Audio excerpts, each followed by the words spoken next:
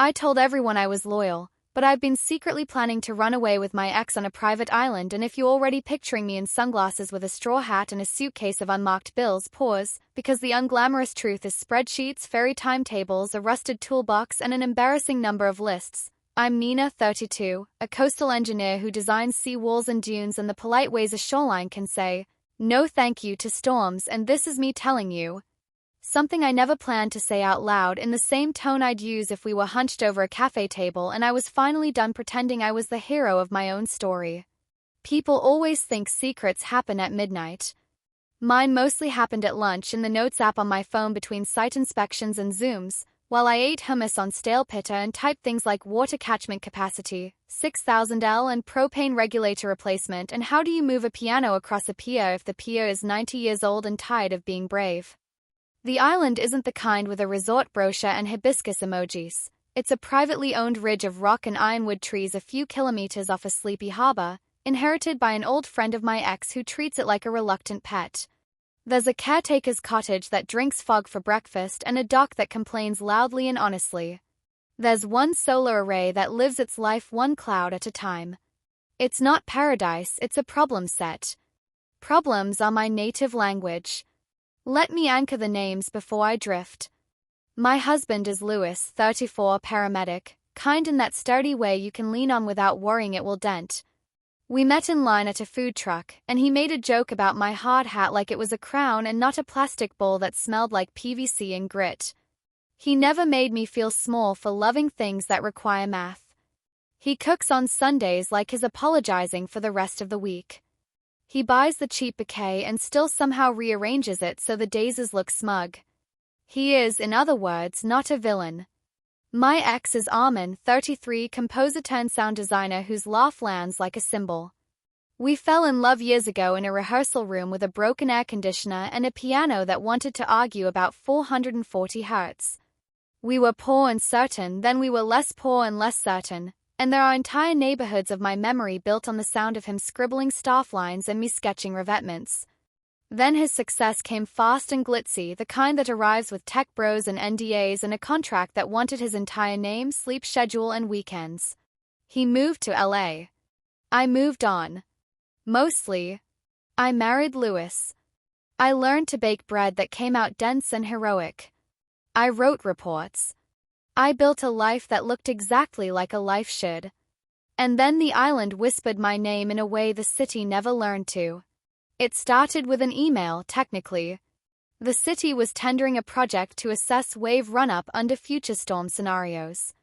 The island sat inside our study area like a dare. I wrote it down on the whiteboard in our office, outlier topography, high run-up potential. I visited with a small team, hard hats nodding, clipboards making that little applause sound paper makes. The caretaker showed us around with the baffled politeness of someone who had been told he'd won a boat and received responsibility instead. Half the windows had salt eczema. The rain tank coughed rust if you turned the tap too quickly. The dock smelled like every good memory of summer, plus a hint of do not step on that board unless you enjoy swimming. I took notes as I'm paid to do, and I thought about nothing except fetch lengths and overtopping rates and how to coax the island into outliving the next 3 storms. And then, because the universe writes bad TV sometimes, I ran into Armin at the Harbor Cafe when we came back. He was in town for a week, music festivals, sound installations, and none of that mattered because the way he looked at me made the coffee go from bitter to skylight. We did the adult thing where we laughed at ourselves for being startled, then the even more adult thing where we said, we should catch up, no pressure, 3 years is 3 lifetimes, and then the thing adults do when they have history and a surplus of unfinished sentences. We made time where there wasn't any. I need you to understand because I need to understand. The plan didn't begin as a plan. It began as a visit to an island that needed a new dock cleat and a gutter screen. The caretaker had to leave for a funeral. The ferry was moody. Armin had a morning free. He said, I'd love to see it. Sound moves differently around a rock out in the water. I said, there's a piano in the cottage somehow and it's eternally almost in tune. He grinned.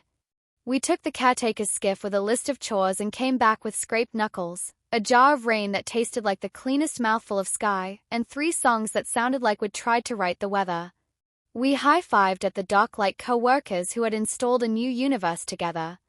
That night he texted me a recording of the foghorn, pitched up and harmonized with the piano like they had always wanted to be siblings, and I sat on the edge of the tub in our apartment and listened until my toes numbed in the bath, my phone held above steam like a lighthouse that forgot it was supposed to save ships. What makes a person start building a secret? Sometimes it's a single yes you meant as a courtesy. Sometimes it's 100 tiny no's you didn't know you were saying to yourself, accumulating until your life feels like a room you keep tidying instead of living in. For me, it was a zipper bag. I filled it with wrenches, spare screws, a headlamp, a tiny notebook, and a pencil that didn't need electricity. It looked like preparedness. I put it under the passenger seat of my truck and told myself I was being conscientious. That bag was the first suitcase I packed for the island I wasn't supposed to love. I kept it professional at first. I really did. I sent the city a draft report with polite graphs. I recommended modest adaptations, rock armor here, a mangrove fringe there, a gate on the path where the grade tempted stormwater to sprint.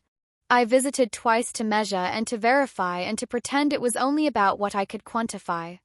The caretaker started leaving a thermos out for me when he knew I was coming.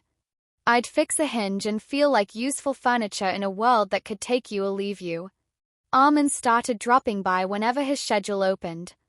He called it tuning the island, which is the kind of romantic, ridiculous phrase that would annoy me if hearing it didn't feel like someone had scrubbed my lungs with mint. Louis noticed me getting more sun. It made him happy. He told me my cheeks looked like I'd caught healthy weather. He joked about me dating an island, and I laughed too quickly like a person hugging a live wire and calling it a jump rope. I brought him to the harbor once, introduced him to the caretaker, showed him the way the tide writes its 10,000-year-long diary on the riprap. He took photos of me with my hard hat crooked and my laugh accidentally honest and posted one with the caption Queen of Rocks.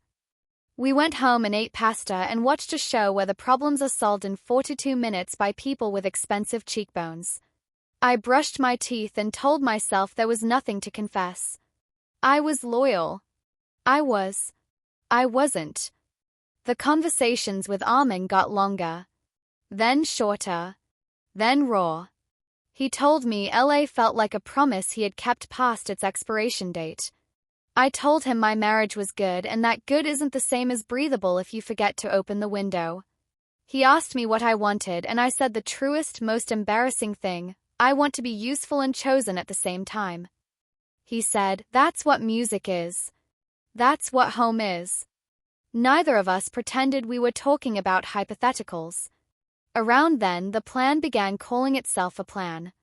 At first, it was logistics about fixing the cottage in a way that would help the caretaker and keep the island safer. Then it was logistics about staying not permanently, just for a stretch, 2 months? A season? Long enough to see if our version of togetherness could survive grocery lists and unattractive flu seasons. We told ourselves we'd do it cleanly with papers filed and adults informed and dignity intact. That was the stated plan. The secret plan was simpler and exactly the same. Find a way to be in the same small square footage with fewer reasons to leave. If you're keeping a ledger of my sins, add this one. I made a spreadsheet titled Island Resilience Update, and I filled it with tabs called water, power, food, shelter, and because I'm sentimental in a boring way, music. It contained nothing illegal and everything incriminating. It had checkboxes. I checked them. I calculated catchment off the cottage roof with 3 different rainfall scenarios. I measured the angle of the solar panels at noon and added notes about the one that buzzed like it wanted a therapist. I priced a composting toilet like a person planning to respect the land and also planning to stay long enough to need one. In the music tab, I measured the width of the doorway to confirm the piano could move, and then I wrote in bold, "Do not move piano. Make doorway bigger." Sometimes your heart writes building codes. It would be dishonest not to tell you about the night the plan stopped being a plan on paper. Fog had come in so loyally it should have been on payroll. The cottage smelled like pine and repair.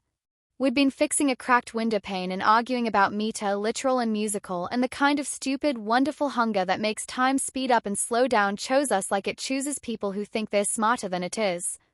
We kissed like the oldest cliché, which is to say we kissed like we weren't hungry and then were.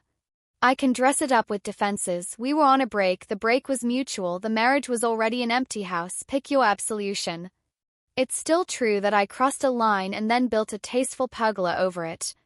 After that, the plans stopped being hypothetical out loud. We said weeks. We said start of summer. We said we'd rent our apartments, would explain to the people who deserved explanations, would be the rare adults who choose the mess and then clean it. I went home and cooked rice for Louis and watched him fall asleep on the couch with his hands splayed over his chest like it was trying to keep the good in. I wanted to shake him awake and beg him to tell me I was about to do the wrong thing in a way that would save me. I wanted him to be unkind enough that leaving felt like oxygen. Instead he woke up, smiled at me with sheets pressed into his cheek and said, "Love you," in the way people say it when they trust the words to carry their weight. I started packing the way cowards pack, invisibly. 2 mugs migrated to the office. A sweater moved into the truck. My toothbrush would disappear and reappear like a shy animal. The island tools multiplied until the caretaker joked, "Feels like you're nesting." I laughed and said, "Engineers don't nest, we stage," which is an excellent joke if you're trying to distract someone from noticing you're building a life in a place where your name isn't on the mailbox. If there's a moral pivot here, it's this: I wasn't the only person in on my secret. Plans become real when other people help carry them. My friend Maya, a geologist with dirty boots and a clean laugh, started accidentally leaving extra groceries in my truck after field days. Cans, rice, a bag of coffee that insists it went to grad school. She never asked a question. She hugged me like she was bracing me for a wave and said, "When you're ready to say the loud thing, say the loud thing." It is a profound kindness to stand next to a liar and hold their collar until they remember they have a throat. The day I intended to say the loud thing, papers printed, calendar blocked, dignity laid out on the bed like an outfit, I was called to an emergency site meeting. High tide surge, a section of seawall performing a slow, disastrous magic trick. I spent 12 hours in a yellow vest shouting measurements while the wind treated everyone like a rumor. Louis texted twice, "Be safe," and then a photo of the cat we don't officially own but who lives on our fire escape and judges us with consistency. I got home at 2 a.m., salt in my hair, an apology in my pocket. He had waited up, half asleep, movie paused, lasagna congealing loyally. I don't know what I expected, anger, disappointment, a dramatic speech, but he pulled me to him and said, "You're freezing," then wrapped my hands in his. And I folded. I postponed. I told myself love is also a plan, and maybe that plan had been sleeping but not dead. I whispered, "I'm here," and didn't specify how temporary the word felt in my mouth. Armin, to his credit or his fault, didn't press that week. He sent me a voice memo, the island at noon, wind making percussion on the old flagpole line, the piano answering with a major third like a hopeful shrug. He said, "Whatever timeline we're on, that's the timeline we're on." I loved him more for that patience and hated him for not demanding I be a better person, which is a particularly ugly alchemy to admit. Everything eventually asks you if you mean it. For me, it was the dock. Storm season came in on a silver platter and flipped it out of spite. A gust slipped its hand under a stack of lumber and slung it like playing cards. A mooring line snapped and sang. The dock held, but only because it was too stubborn to do otherwise. We worked in the rain like people who believe refusal is a kind of prayer. At the worst moment, mid-anchoring, I slipped. Not dramatically, no heroic plunge, just that sick microsecond where the world tilts and your body writes its will. Armin lunged and caught the back of my jacket and swore so softly I almost missed it. I felt the drop in my stomach and the heat of his hand and the kind of clarity that isn't a metaphor. I wanted to survive with him. I wanted to survive with Louis. You cannot optimize a life for both. I wish I could say I chose then. I didn't. The storm chose for me by making the ferry schedule feral. For 3 days, the island was our entire planet. We rationed coffee and slept in shifts with our boots near the bed. We ate beans and laughed at nothing. We sang to keep the cottage from feeling like the inside of a question. On the 3rd night, the sky cleared like someone had apologized to it. The stars were ridiculous, cocky and tacky and perfect. We made the kind of promises people make under a sky like that. They're always too big. We meant them anyway. When the ferry returned to being a ferry and not a rumor, I went home with a story that was 90% true and 5% omission and 5% wishful thinking. Louis listened, eyes double-tied from a 12-hour shift, and said, "I'm glad you were safe." He asked if I'd eaten. I nodded yes, which is an easier thing to say than "I'm about to burn this place down with a decision I keep promising to make." So here's how it finally happened, not with fireworks, not with a dramatic suitcase at the door, but with a calendar reminder and a bowl of pears. I set the reminder to say the loud thing. It pinged at 9 on a Wednesday. I was slicing fruit. The cat watched me, unimpressed. I turned off the gas, washed my hands like I could rinse off a different kind of mess, and sat across from Louis at our small table where we have taken dozens of small oaths like "I'll do the dishes if you do the laundry," and "This is the year we take a real vacation." "I'm in love with someone else," I said, because sometimes you have to jump to the violent present tense. He went still without going cold. He didn't ask who. He didn't sprint to the gallows of blame. He said, "Is it old?" and I cried in that unphotogenic way where your face forgets it has bones. "Yes," I said, "because what else do you call a thing that started years ago and took a nap?" He nodded slowly like it hurt less to move that way. "Do you want to try to fix us?" he asked. Honesty was the only dignity left. "I want us to be okay," I said. "But I think the kindest thing is to stop calling this a marriage while we try." There are entire chapters of paperwork and counseling and confusing kindness that I could detail, but the sentence you probably care about is this: I didn't run, I left. There's a difference. Running suggests you were chased. I wasn't. I was held, and I put that down. The island received me without ceremony. The caretaker shook my hand and then hugged me and then pretended he had something to do with a gutter so we could both cry where the wind could edit. Armin met me at the dock with a look that understood jubilance and grief are not opposites. They share a fence and borrow each other's sugar. We moved the piano by taking the doorway off its hinges, because sometimes the solution is removing the frame you thought you had to fit into. And then life. Not montage. Laundry hung like flags. The generator coughed until we bribed it with basic respect. We measured the sun with our foreheads and our forearms. We argued about whether the compost had the right carbon balance and discovered there are only so many ways to say browns before the word stops sounding real. He wrote, "I modeled storm scenarios no one will ever thank me for because that's what love looks like when it's useful, quiet models that keep a thing standing." Do I have regrets? I have a warehouse. I regret not telling the truth earlier, not trusting adults to survive the information, not recognizing that kindness without honesty is just elaborate weather. I regret letting Louis be gentler to me than I was being to him. I regret loving with a foot out the door and then blaming the threshold for the ache. But I do not regret the island. It has taught me that the difference between a hideout and a home is intention. You can build a life in a hard place if you agree to fix it as it breaks. The dock still complains. The windows still sweat. We still keep a leaving bag by the door because storms don't care about your story arc. And yet mornings happen. Coffee finds its way into cups. Sound becomes music. The tide does its old noble job of turning the world's pages. We go to town twice a week in fair weather. We sit with friends who make jokes that acknowledge the wreckage without poking it.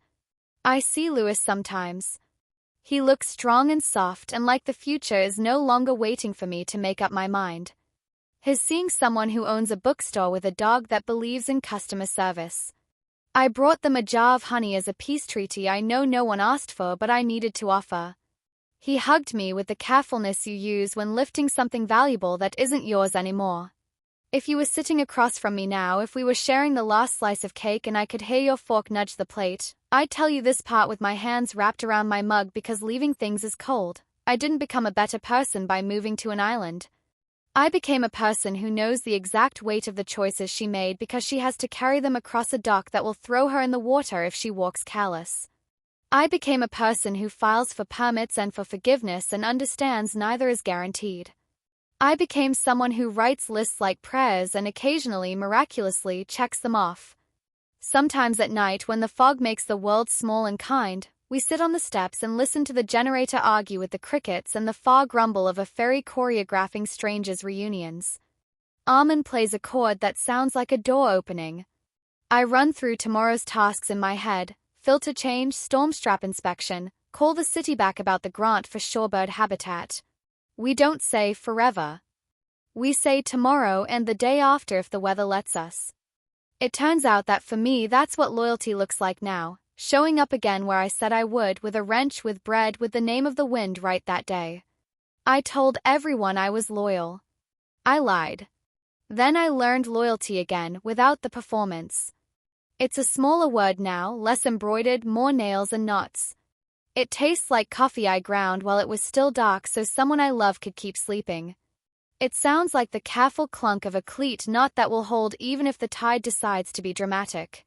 It looks like an island that refused to be romanticized, and in refusing became the place where I finally told the loud thing and kept listening after.